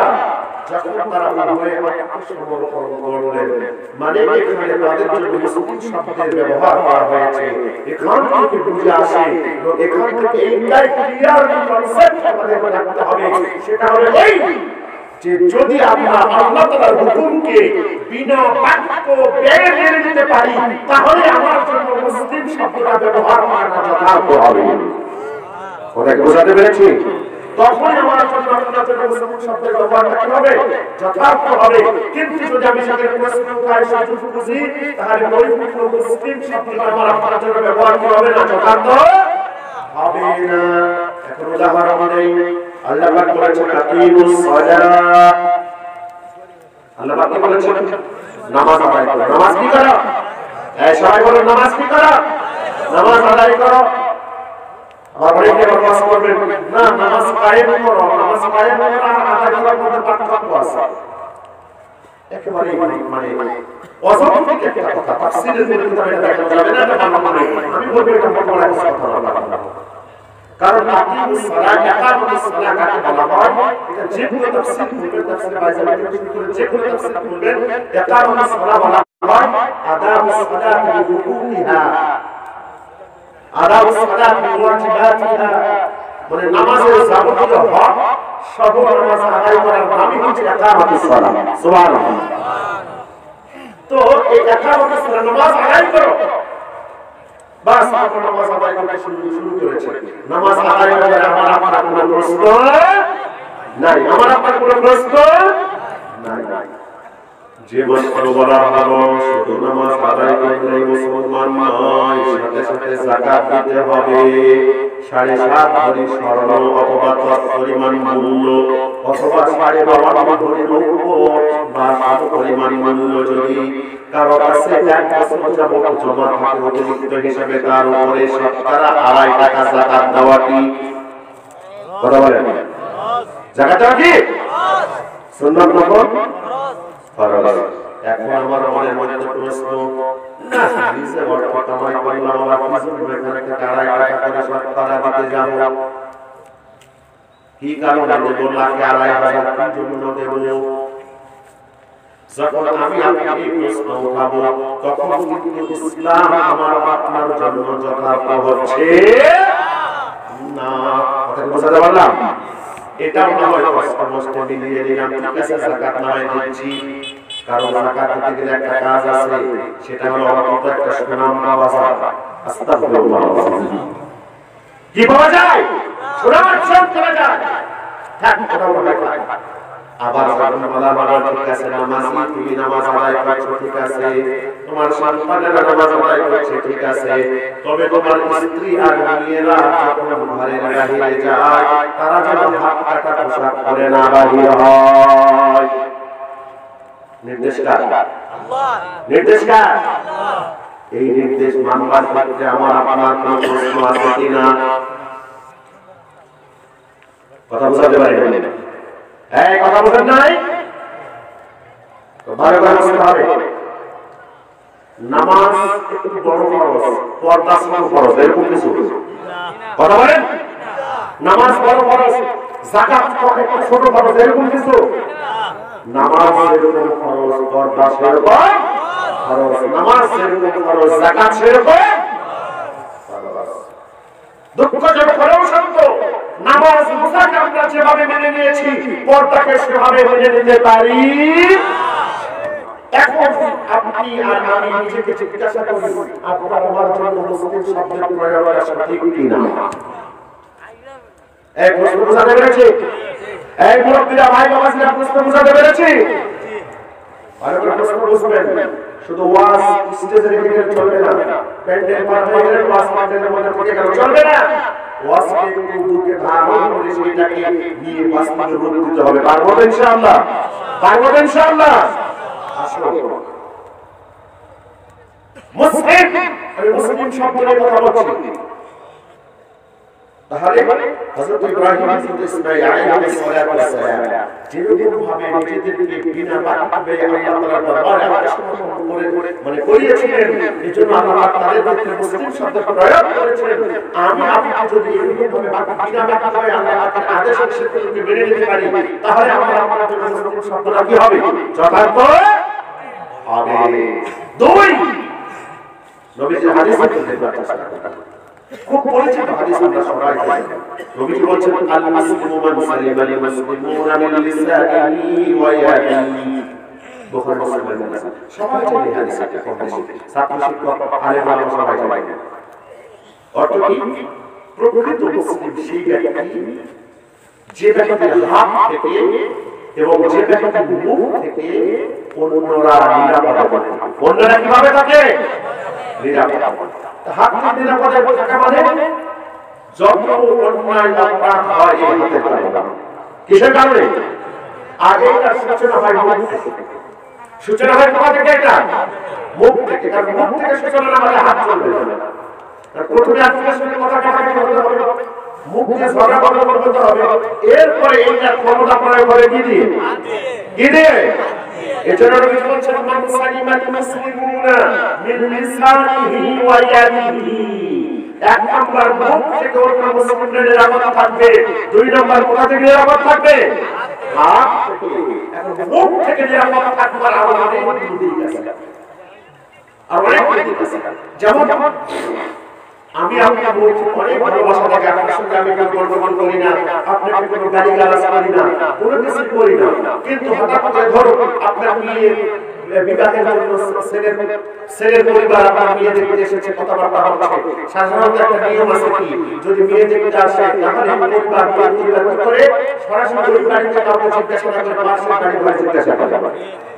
কারণ ওই মেয়ের বেড়ে ওঠা, ওই মেয়ের চলাফেরা, তার চারিত্রিক বিষয়গুলো সাধারণ পাড়া-প্রতিবেশীরা কি করবে? ভালো জানবে। আপনার সঙ্গে আপনার প্রতিবেশীর একটা গন্ডগোল আছে, কিন্তু আপনি আপনাদের মুখ দিয়ে সেই গন্ডগোল প্রকাশ করবেন। আপনার গন্ডগোল হিসাবে জানেন আপনার প্রতিবেশী, কিন্তু ওই তার মেয়ের জন্য কিছু করতে এসেছে, আপনি আস্তে করে সুন্দর একটা ছোট্ট কথা মেরে দিলেন যে সব ঠিকঠাক আছে, চরিত্রটা ভালো। কথা বোঝাতে পারি না? এই কথা বোঝাতে পেরেছি? এই কাজ আমার মুখের দ্বারা হয় কিনা? হয় কিনা? এজন্য নবী বলেছেন, আল মুসলিমু মান সালিমাল মুসলিমুনা মিন লিসানিহি। মুসলিম হতে পারে এক নাম্বার তার মুখ থেকে অন্য মুসলমানদের কি থাকতে হবে? নিরাপদ। অর্থাৎ অন্য মুসলিমের বিরুদ্ধে কি করা যাবে না? কোনো উল্টা পাল্টা মিথ্যা চুগলি কোনো কথা বলা যাবে না, কোনো কথা বলা যাবে না। কিন্তু আমরা এই বিষয়ে খুবই বেশি গাফিল, খুব বেশি গাফিল আমরা। বিশেষ করে আজকে একটু চায়ের দোকানে যান, চায়ের দোকানে বসবেন, কেউ নাই, শুধু চা দোকানদাররা চা খেতে বসেছেন, বাস দোকানদারের সঙ্গে আপনি তৃতীয় আরেকজনের বিরুদ্ধে বিবাদ শুরু করে দিয়েছেন। অবস্থা এরকম হয় কিনা? আরেকজন খরিদ্দারকে দাঁড়িয়ে গেছে, বাস দোকানদার খরিদ্দারের সঙ্গে আরেকজনের বিরুদ্ধে শুরু হয়ে গেছে। ঠিক আছে তো? এই যে বিপদ করছে এটা কিসের মাধ্যমে? কিসের মাধ্যমে? অথচ আল্লাহ বলে দিচ্ছেন, ওয়ালা ইয়াতাবাউকুম বা'দা মা ইউহিব্বু আহাদুকুম আইয়াকুলা লাকা আযাবুন বাইতান ফাতারিদুন। আছে তো? আল্লাহ বলেছেন তো, ওয়ালা ইয়াতাবাউকুম বা'দা, তোমরা পরস্পরের গীবত করিও না, পরনিন্দা করিও না, পরচর্চা করিও না। আইয়ুহিব্বু আহাদুকুম আইয়াকুলা লাকা আযাবুন বাইতান, তোমরা কি তোমাদের মৃত ভাইয়ের বস্তু খেতে পছন্দ করবে ফাকারিহুহু অবশ্যই তোমরা সেটা পছন্দ করবে এটা দ্বারা বুঝিয়ে দিলেন আল্লাহ যে পরনিন্দা করা বিপদ চর্চা করা পরচর্চা করা এইটা মৃত ভাইয়ের বস্তু খাওয়ার সমান কোরআনে কারীম অথচ আমার মুখ কি সেখান থেকে বেঁচে আছে কথা বলে বেঁচে আছে আর আমার যত মুসলিম শব্দের প্রয়োগটা যথার্থই রাজিত করে দেবে কথা বুঝাতে পারছিলাম আমি খুব সাবধান হতে হবে আবু দাউদ শরীফের হাদিস কিতাব আদব বাবা বলা আবু দাউদ শরীফের হাদিস সেখানে একজন ব্যক্তি এসে বলছেন ইয়া রাসূলুল্লাহ ইন্নালি জারা ইউযিনি আমার প্রতিবেশী আমাকে খুব কষ্ট দেয় আমার প্রতিবেশী কি করে আমাকে খুব কষ্ট দেয় এরকম প্রতিবেশী আমার আপনার আছে কি নাই অথবা আমি আমার আপনার প্রতিবেশীকে কষ্ট দেই কি না আশা করার সময় আপনি বলে ফেললাম কিন্তু আমি কষ্ট দেই কি না এই সময় কথা নাই মানে অপরের বিরুদ্ধে কথা বলতে খুব বেশি পছন্দ করে নিজের উপর কথা বলতে চাই অভ্যাস নিজেকে কথা বলতে হবে আগে নিজেকে কথা বলতে হবে আগে নিজেকে বাঁচাতে হবে আগে নিজেকে রক্ষা করো এরপর আমার পরিবার আগে নিজেকে বাঁচাও কিন্তু আমরা নিজেকে না বাঁচিয়ে আঙ্গুল চাই আরেকজনের করি আরেকজনের উপরে নিজেকে একটু আঙ্গুলটা ফেরালাম না যে আমরা নিজে কি করছি একটু আমরা চিন্তা করলাম না এর হাসিল বুঝবার চেষ্টা করব তো সেখানে কি হচ্ছে কি আপনারা বিরক্ত হয়ে গেছেন কষ্ট হচ্ছে আপনাদের আমার সামনে দিকে তাকিয়ে আমি আসলে সকলের পাশাপাশি কথা বলবো এর বিষয়ে বলতে পারবো না ইনশাআল্লাহ আর আপনারা না মুখে চলবে না ভাই কারণ আপনারা লিখে রেখেছেন মধ্যরা করে একটা না 12টা কথা বলেন কয়টা 12টা মধ্যরা করে 12টা ইনশাআল্লাহ আমার হায়াত 12টা পর্যন্ত ইনশাআল্লাহ বের হাসিল চলে যাবে ভাই চলে যাবো তো আসুন কথা বলে বুঝবার চেষ্টা করি কথাগুলো বুঝতে আমরা চেষ্টা করছি অনেক আলোচনা কারণ বিশেষ করে আমি হাসির কোনো কথা বলি নাই আমাদের নিজেদের প্রয়োজনের কথাগুলো বলা হচ্ছে এবং সেই অনুযায়ী আমি কোরআন সুন্নাহ থেকে আলোচনা করবার চেষ্টা করেছি লক্ষ্য করুন বার্তা রক্ষা করতে পারবেন আমাকে তো এখানে নবীজি বললেন নবীজিকে সাহাবী এসে বলছেন ইন্নালি জারান ইউযিনি নবী আমার চিকিৎসাকে কষ্ট দেয় আমি কি করতে পারি এবারে মনে রাখুন নবীজি কত বড় সমাজ বিজ্ঞানী নবীজি কত বড় বিজ্ঞানী ছিলেন নবীজি জবাব দিলেন কি জানেন নবীজি জবাব দিলেন আফরিজ মাতা ফাদউহু আলা তারিক এই শোনো যেহেতু তোমার প্রতিবেশী তোমাকে একটা কষ্ট দিচ্ছে তোমার করবার কোনো ক্ষমতা নেই একটা কাজ করো তুমি তোমার ঘরের আসবাবপত্র সব বের করে রাস্তার মধ্যে ফেলে দাও সুবহানাল্লাহ নিজের কি পরিবর্তন কথা বলেন না পছন্দের কাজ কথা বলেন তোমার নিজে দেখো নবীজি কত বড় জ্ঞানী ছিলেন জ্ঞান বিষয় বলেছেন হ্যাঁ যে ব্যক্তি অভিযোগ করে জামা কাপড় পরে ওই ব্যক্তি কি করলেন তার নিজের আসবাবপত্র ঘরের জিনিসপত্র নিয়ে কোথায় গেলেন রাস্তার মধ্যে এখন যে রাস্তা দিয়ে যায় জিজ্ঞাসা করেন এই জিজ্ঞাসা করবেন না কেউ যদি আপনাদের এলাকায় কেউ যদি ঘরে জিনিসপত্র বের করে রাস্তা ফেলে রাখে যে যাবেন সে জিজ্ঞাসা করবেন যে তোমার কি হয়েছে বলবেন কি না যে জিজ্ঞাসা করে তোমার কি হলো তুমি ঘরে জিনিসপত্র বাইরে ফেলে রেখেছো মানে আমি আমার প্রতিবেশী এত বেশি কষ্ট দেয় আমি কষ্ট সহ্য করতে পারি না আমি তোমার করতে পারি না বাদ ভাই আমি আমার কষ্টে সব কিছু রাস্তার মধ্যে ফেলে রেখেছি সুবহানাল্লাহ সুবহানাল্লাহ নবীজি কি এখানে কোন বিজ্ঞান যে যায় সে এক কথা বলে যে যায় সবাই এক কথা একই কথা যখন এই কথাগুলো আসে তখন যে বেচারা কষ্ট দেয় তার তাহলে কথা চলে গেছে এখন সবাই তাকে জ্ঞানী করা শুরু করেছে সবাই তাকে অভিশাপ করতে শুরু করলো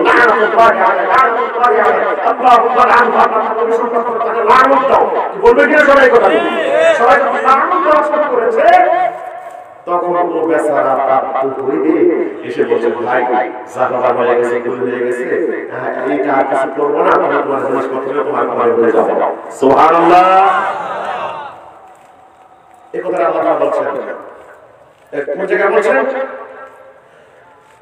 ইন্নাল্লাহা লা ইউহিব্বুল জাহরা মিনাল কওলি বিস-সূ' লা ইউহিব্বুল জাহরা বিস-সূ'i মিনাল কওলি ইল্লা মান যুলিম লা ইউহিব্বুল জাহরা বিস-সূ'i মিনাল কওলি ইল্লা মান যুলিম এখানে আল্লাহ বলছেন এটা সূরা নিসার সম্ভবত 148 নম্বর আয়াতে বলতে পারে আসলে আল্লাহ কি বললেন লা ইউহিব্বুল জাহরা বিস-সূ'i মিনাল কওলি আল্লাহ পাক কোন খারাপ কোন কিছুকে কথার মাধ্যমে প্রকাশ করা ভালো মনে করেন না তবে ইল্লা মান যুলিম যে ব্যক্তির উপর অত্যাচার করা হয় সে ব্যক্তি যদি বলেন তাহলে কোনো সমস্যা না সুবহানাল্লাহ ওই যে হাদিস দেখো বেচারার উপর অত্যাচার হচ্ছে জুলুম হচ্ছে বেচারা কোনো কথা বলতে পারছে না বাধ্য হয়ে যখন এই পদ্ধতি নবীজির নির্দেশ মোতাবেক অবলম্বন করলো অটোমেটিক অত্যাচার হয়ে গেল অত্যাচার থেকে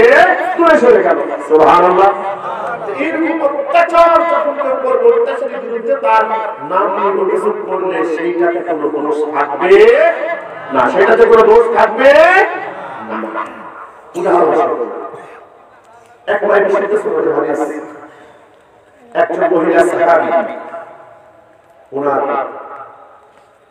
তালাক হয়ে গেছে অথবা ওনার স্বামী ইন্তেকাল করেছে ইদ্দত পার হয়ে গেছে ইতিমধ্যে দুইজন সাহাবীকে তাকে বিবাহের প্রস্তাব দিয়েছে ইদ্দত পার হওয়ার পরে বিবাহের প্রস্তাব দিয়েছে তিনি নবীজির কাছে চলে গেলেন তিনি বলছেন ইয়া রাসূলুল্লাহ সাল্লাল্লাহু আলাইহি ওয়াসাল্লাম আমার বাবা অমুক বিবাহের প্রস্তাব দিয়েছে নবীকে আমি কি বলবো কার প্রস্তাবে রাজি নবীজি বললেন দেখো দুইজনের কথা অমুক তো অমুকের প্রস্তাবে কেমনে রাজি হবে সে তো নিজে খেতে পারে না আমাকে পাবে সুবহানাল্লাহ এটা দ্বারা কি আপনি তার দোষ মনে করেছেন নবীজি কথা বলতে এটা কি নির্মল এটা নবীজি বাস্তব কথা বলেছেন এটা তারা ছিল নবীরা কারণ যে নিজেই খেতে পারে না সে যখন বিয়ে করে আরেকটা মানে মানুষের ঘরে জায়গা দেবে তখন তাকে খাওয়াবে না সংসারে এসে কি মহব্বত পাবে না গন্ডগোল সৃষ্টি হবে এজন্য নবীজি জানিয়ে দিলেন দেখো যেহেতু যাকে বিয়ে করতে চাচ্ছ সে তোমাকে বিয়ে করতে চাচ্ছে আগে তার বিষয়ে জেনে নিতে হবে এই ক্ষেত্রে ওই ব্যক্তির আসল অবস্থাটা প্রকাশ করা শরীয়ত কি করেছে বৈধ করেছে বরং অনেক ক্ষেত্রে ওয়াজিব করেছে দ্বিতীয় আরেকটি সাহাবী যখন বলেছেন তখন নবীজি বললেন দেখো যে আমি বিবাহের প্রস্তাব দিয়েছি ও তো শুধু বউ পেটায় ও কি করে বউ পেটায় এটা তার কি তার দোষ যদিও কিন্তু ওই কারণ ওই অবস্থায় যদি ওই মহিলার বিয়ে হয় তাহলে বলুন যে বউ কিনা অভ্যাস তাদের আছে আমাদের কিছু ভাইরা আছে না কি আছে না অনেক ভাইরা আছে খুব সাবধান যখন এটা হয়ে যাবে নবীজি কেন বলে দিলেন তার কথাটা এই কারণে বলে দিলেন যদি এরকম অভ্যাস হয় বিয়ের কদিন পরে কি হয়ে যাবে গন্ডগোল শুরু হয়ে যাবে যখন গন্ডগোল শুরু হবে তখন তো শুধু স্বামী স্ত্রীর মধ্যে গন্ডগোলটা সীমাবদ্ধ থাকবে না উভয় পরিবারের মধ্যে গন্ডগোলটা কি হবে ছড়িয়ে পড়বে তখন শান্তির পরিবর্তে কি আসবে অশান্তি আসবে এক্ষেত্রে তার দোষটা বলে দেওয়াটা শুধু জায়েজ নয় বরং ওয়াজিব করতে হবে কথা বোঝাতে পেরেছি প্যারে ভাই আল্লাহ পাক বলেছেন লা ইলাহা ইল্লাল্লাহু মিনাল কওলি ইল্লা মা যুলিম বুঝতে হবে আসলে আমি আপনাকে মুসলিম পরিচয় দিচ্ছি মুসলিম বলে আমার পরিচয় মুসলিম কিন্তু আমার মধ্যে ইসলামের হুকুম আহকাম কতটুকু আছে সেটাই লক্ষণীয় বলে নামাজ আমি পড়তে পারি নামাজ প্রতিদিন আদায় করি রোজা করতে পারি টাকা আছে হজ ব্যবহার করতে পারি কিন্তু আমার ভাই আমার চাচাতো ভাই আমার মামাতো ভাই আমার খালাতো ভাই বা আমার নিজের কেউ তার আমার রাস্তা দরকার কিন্তু রাস্তার সাথে তার একটা জায়গা আছে আমার চাচাতো ভাই মামাতো ভাই সে একটু গরিব মানুষ অসহায় মানুষ আমি না টাকা দিয়ে তার কাছ থেকে রাস্তার জায়গা না নিয়ে আমি আমার বেশি শক্তি দেখিয়ে বা তার জায়গা দখল করে আমি রাস্তা বানিয়ে ফেললাম এক পয়সাও তাকে দিলাম না এরকম নামাজি আমরা আছি কিনা কথা বুঝতে পেরেছেন এরকম নামাজি আমরা আছি কি নাই পাঁচটা বলবার কথা নেই, নিজেরা বুঝে থাকি, নিজে একটু বুঝে থাকি, একটু কথা বুঝবার চেষ্টা করলে জন্য করেছে ভাই বাবাজি। ওয়াশিং প্যান্ডেলে রেখে গেলে চলবে না, বছরের পর বছর ওয়াজ করবো করাবো, অথচ নিজের মধ্যে ওয়াজের কোনো কাজ থাকবে না। এই ওয়াজ আমার আপনার জন্য জান্নাতে নিয়ে যাওয়ার জন্য কথা জাহান্নামের কোনায় ফেলে দেবে। খুব সাবধান হতে হবে আপনাকে, আমাকে আপনাকে খুব সাবধান হতে হবে, খুব সাবধান।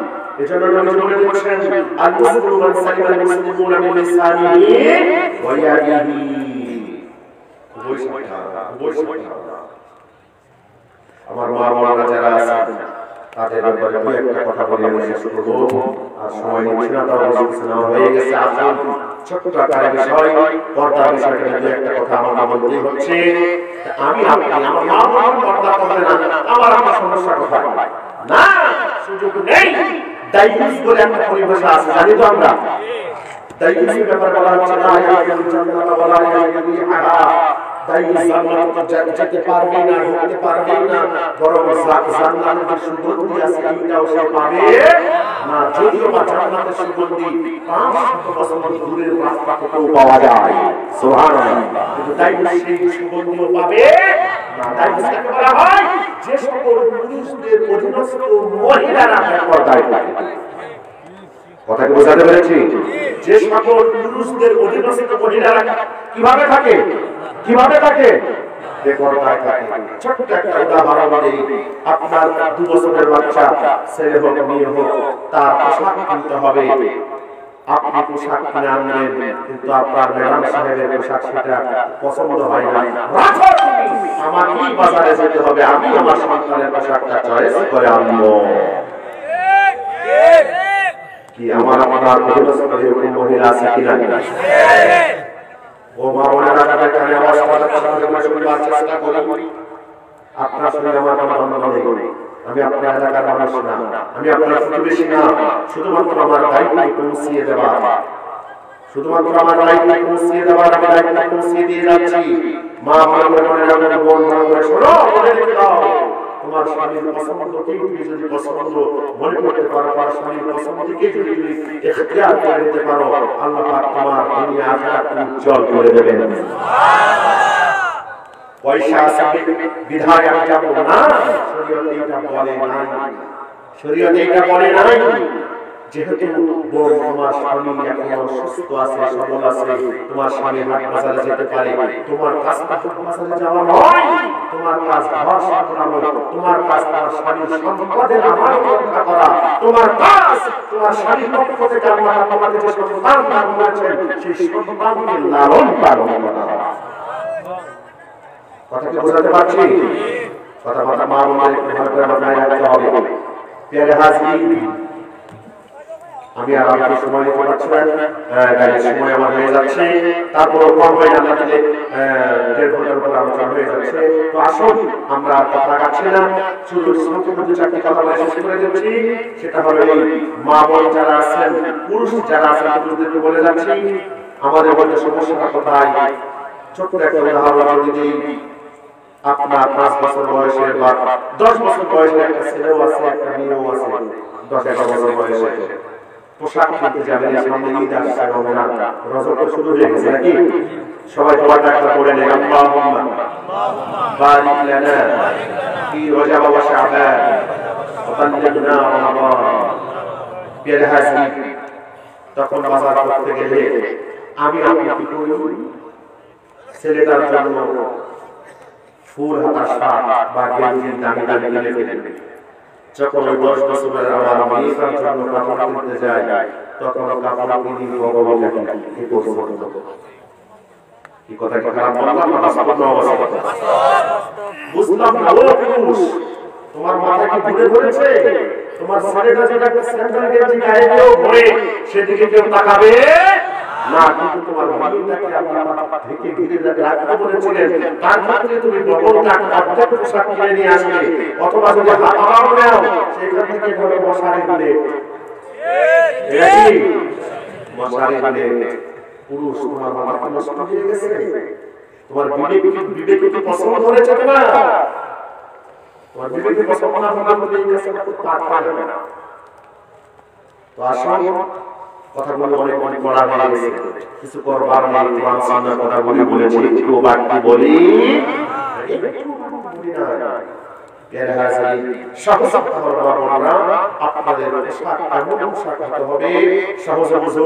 যারা বালে হয়ে যাচ্ছে না, বালে কাছাকাছি হয়ে গেছে, তাদের পোশাকটা হবে সর্বোচ্চ খোলা লাগা অনুমতি আছে, 2 হাতে কি এতটুকু, 2 পায়ের টাকলা থেকে নিচ পর্যন্ত, টাকলা উপর নয়, টাকলা থেকে নিচ পর্যন্ত, আর চেহারা এই পর্যন্ত। কিন্তু ফিতনার কারণে চেহারা ঢেকে রাখবার হুকুমটাও আবশ্যক। কথাটা বুঝাতে পেরেছি? ফিতনার কারণে চেহারা ঢেকে রাখতে হবে, কিন্তু মূল ফলস্বরূপ এই পর্যন্ত ফিতনার কারণে পুরাটা ঢাকবার নির্দেশ দিয়েছেন ফুকাহায়ে কেরাম। বুঝা গেল কথা? এটা হলো মা বোনদের পোশাকের বিষয়। তো আসুন আপনার এমন পোশাক পরতে হবে ঢিলে ঢালা, যে পোশাক পরলে আপনার শরীর আন্দাজ করা যাবে না আপনি মোটা নাকি আপনি চিকন। বুঝাতে পারলাম? কিন্তু উল্টা হয়ে গেছে, সম্পূর্ণ উল্টা। আমার ভাইয়েরা, কিছু ভাইরা আজকে বিদায় করে গেছে, প্যান্ট মোটামুটি বিদায় করে, কিন্তু মেয়েদের জন্য এমন প্যান্ট, আস্তাগফিরুল্লাহ আল-আযীম, নাউযু বিল্লাহি মিন যালিক। আল্লাহ আমাদের সকলকে হেফাজত করে, সবাই বলুন আমিন। আস্তাগফিরুল্লাহ লা ইলাহা ইল্লা হুয়া লা হাওলা ওয়া লা কুওয়াতা ইল্লা বিল্লাহ। সবার ব্যবস্থা করে নিতে হবে। আমি বিদায় নিতে চাই, ঠিক আছে? আমি আর আপনাদের বেশি লাগাতে পারলাম না, আজকের জন্য এই পর্যন্ত আমি শেষ করে দিতে চাই। আল্লাহ পাক যদি কোনোদিন হায়াতে রাখেন, দিনে রাখেন, ইনশাআল্লাহ বিষয়টিকে আলোচনা করে কোরআন সুন্নাহ করা যাবে। আপনাদের যে সিন্নি আছে, তাই তো? সিন্নি আছে, আপনারা একটু সবাই কথা বলতে বসবেন, সিন্নিগুলো আপনারা দিয়ে দেওয়া হবে। আমরা আগাচ্ছি না। আমার কিছু ভাইরা দোয়া চেয়েছেন আলাদাভাবে আমার কাছে। আরেক ভাইয়ের বাবা ইন্তেকালবাসীরা আগামীকাল আমার কাছে দোয়া চেয়েছেন। আরো কয়েকজন আমার কাছে দোয়া চেয়েছেন। আমরা সকলেই সকলের জন্য দোয়া করব। আল্লাহ তাআলা যেন আমাদের সকলকে মাফ করে দেন। আমাদের পিতামাতা যারা কবরবাসী হয়ে গেছেন, আল্লাহ পাক যেন তাদের রূহের মাগফিরাতকে কবুল করে নেন। সবাই বলুন আমিন। ওয়া আখিরু দাওয়ানা আলহামদুলিল্লাহি রাব্বিল আলামিন।